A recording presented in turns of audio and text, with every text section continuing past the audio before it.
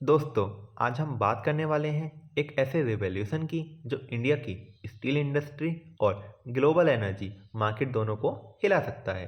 हाँ, मैं बात कर रहा हूँ हाइड्रोजन स्टील और ग्रीन एनर्जी इनिशिएटिव की। क्या ये ट्रेंड 2026 में इंडस्ट्रियल ग्रोथ और इन्वेस्टमेंट के रूल्स ही बदल देगा? चलिए पूरी स्टोरी समझते हैं। सबसे पहले समझते हैं ग्रीन एनर्जी और हाइड्रोजन स्टील क्या है। हाइड्रोजन स्टील बनाने का process traditional coal based steel से काफ़ी इको फ्रेंडली है। कार्बन एमिशन ड्रास्टिकली कम हो जाते हैं। स्टील इंडस्ट्री को ग्लोबल क्लाइमेट नॉर्म्स के अकॉर्डिंग ट्रांसफॉर्म करता है और इंडिया जैसे इंडस्ट्रियल नेशन के लिए ये लॉन्ग टर्म गेम चेंजर है। और इसके साथ साथ renewable energy adoption, wind, solar और ग्रीन हाइड्रोजन प्लांट्स का बूम भी चल रहा है। अब सबसे इंटरेस्टिंग पार्ट, बजट 2026 में इंडस्ट्री ग्रुप ने गवर्नमेंट से इंसेंटिव की डिमांड की है। हाइड्रोजन बेस्ड स्टील प्रोडक्शन के लिए टैक्स ब्रेक और subsidies, green finance options to cut carbon footprint, infrastructure support for renewable energy project. मतलब government long term road map बना रही है जो ग्रीन स्टील और एनर्जी प्रोजेक्ट को एक्सेलरेट करेगा। दोस्तों, ये ट्रेंड सिर्फ इंडिया तक लिमिटेड नहीं है। यूरोप और जापान ने ऑलरेडी हाइड्रोजन स्टील प्लांट में इन्वेस्टमेंट स्टार्ट कर दिया है।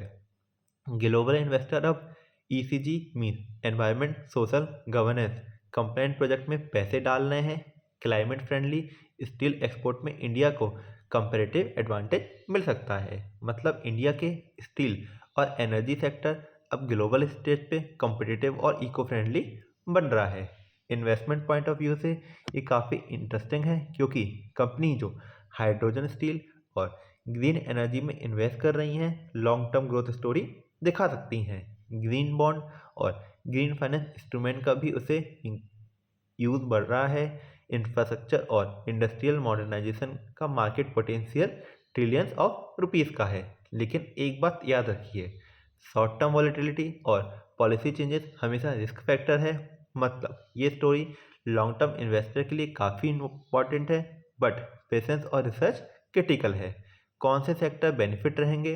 स्टील कंपनी जो हाइड्रोजन रूट अडॉप्ट करेंगे, renewable energy players, green finance and ECG compliant ETF. और ये इम्पैक्ट ग्रेजुअली आएगा। फर्स्ट मूवर और अर्ली अडॉप्टर्स का एडवांटेज लॉन्ग टर्म में ज़्यादा हो सकता है। दोस्तों, हर अपॉर्चुनिटी के साथ चैलेंजेस भी होते हैं।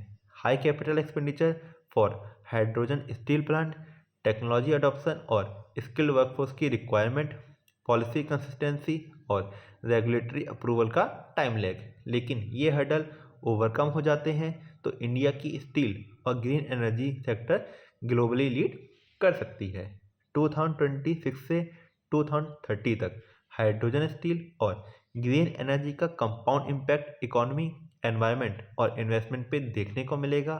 कार्बन एमिशन कम होंगे, एक्सपोर्ट कॉम्पिटिटिवनेस इंक्रीज होगी, लॉन्ग टर्म इन्वेस्टर को न्यू सेक्टर ग्रोथ का अर्ली स्टेज अपॉर्चुनिटी मिलेगी।